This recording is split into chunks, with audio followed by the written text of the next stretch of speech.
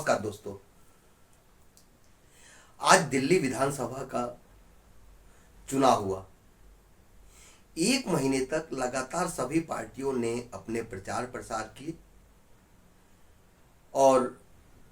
आज के दिन दिल्ली विधानसभा का चुनाव का मतदान हुआ।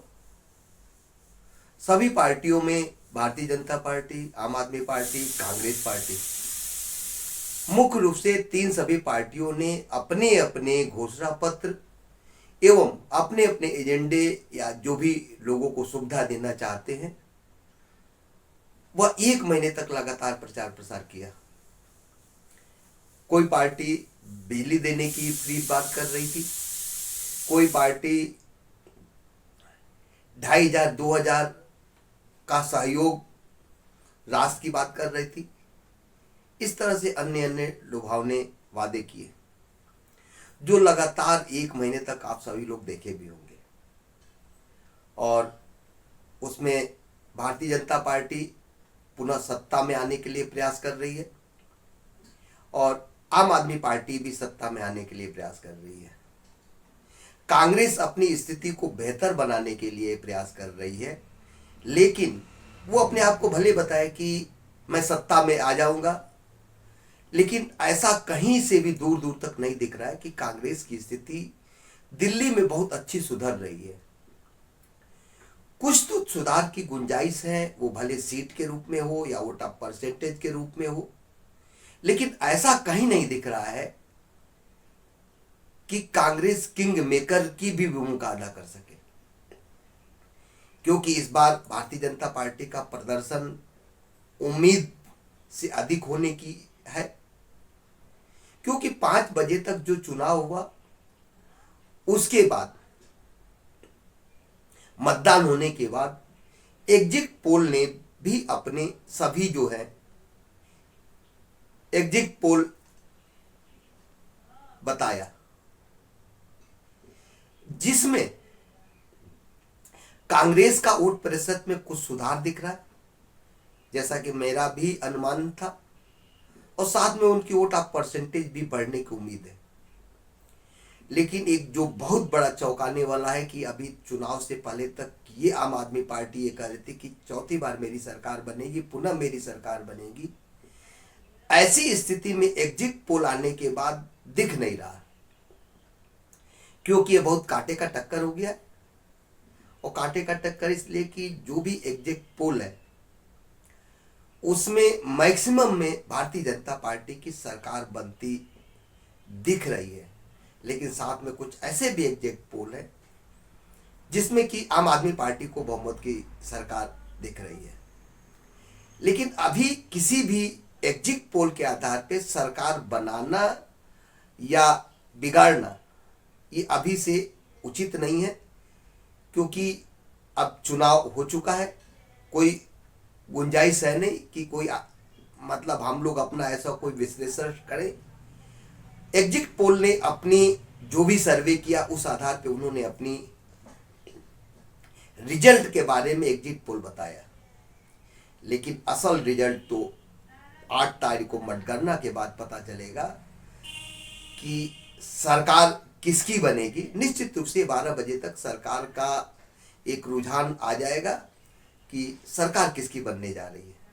लेकिन एग्जिट पोल मैक्सिमम में, एक बार पुनः मैं बता रहा हूं कि एग्जिट पोल मैक्सिमम में भारतीय जनता पार्टी की सरकार बनने को दिखाई दे रही है, और साथ ही साथ जो आम आदमी पार्टी की सरकार के लिए कुछ एग्जिट पोल है वो भी आम आदमी पार्टी की सरकार की बनाने का अपनी कैलकुलेशंस बता रहे हैं। लेकिन राष्ट्रीय सरकार पार्टी भी अपने को ये कहते हुए कि सरकार किसी की भी बने, पब्लिक का ख्याल होना चाहिए। वादे जिस भी पार्टी ने किया, अगर सरकार भारतीय जनता पार्टी की बनती है तो भारतीय जनता पार्टी जो वादे किए हैं उस पे निश्चित रूप से काम करे, और अगर आम आदमी पार्टी की सरकार बनती है तो वो भी जो वादे करे उसको पूरा करना चाहिए। तथा साथ ही साथ राष्ट्रीय सरकार पार्टी सभी चुनाव में उससे पहले या बाद में यह अपने एजेंडे के बारे में बात बताती है कि राष्ट्रीय सरकार पार्टी का कहना है कि शिक्षा निशुल्क हो तथा साथ ही कंपल्सरी हो, वो भी नर्सरी से लेके पीएचडी तक। कोई भी टेक्निकल्स हो, वो डॉक्टर्स की हो,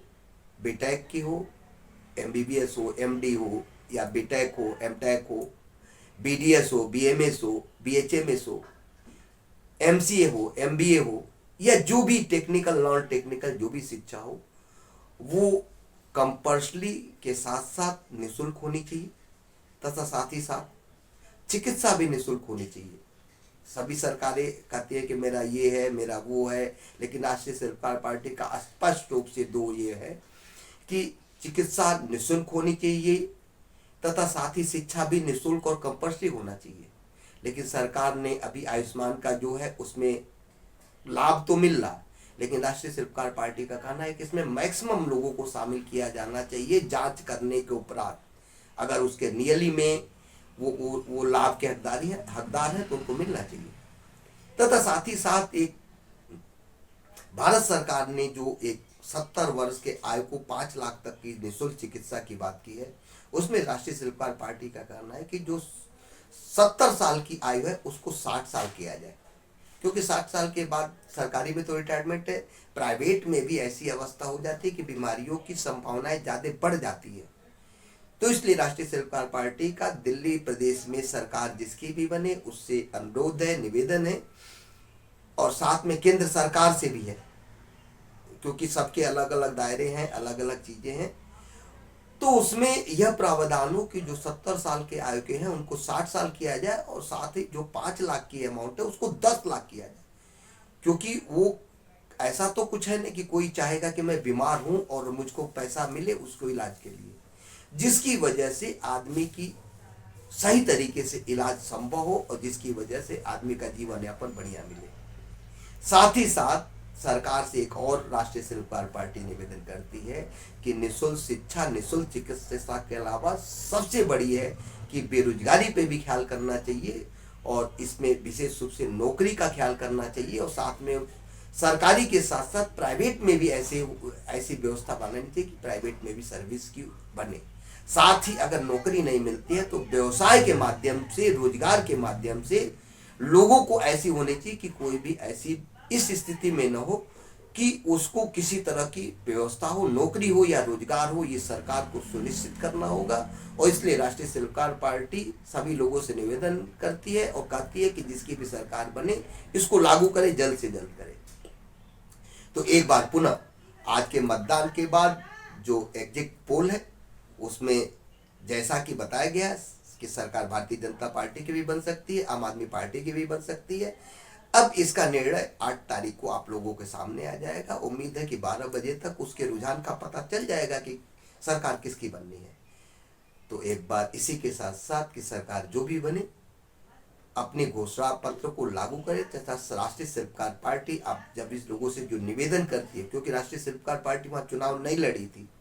तो इसलिए राष्ट्रीय सरकार पार्टी का कहना है कि सरकार जो भी बने वह इस पे भी ख्याल करे और उस वादे में, एजेंडे में जोड़ करके उसको पूरा करे।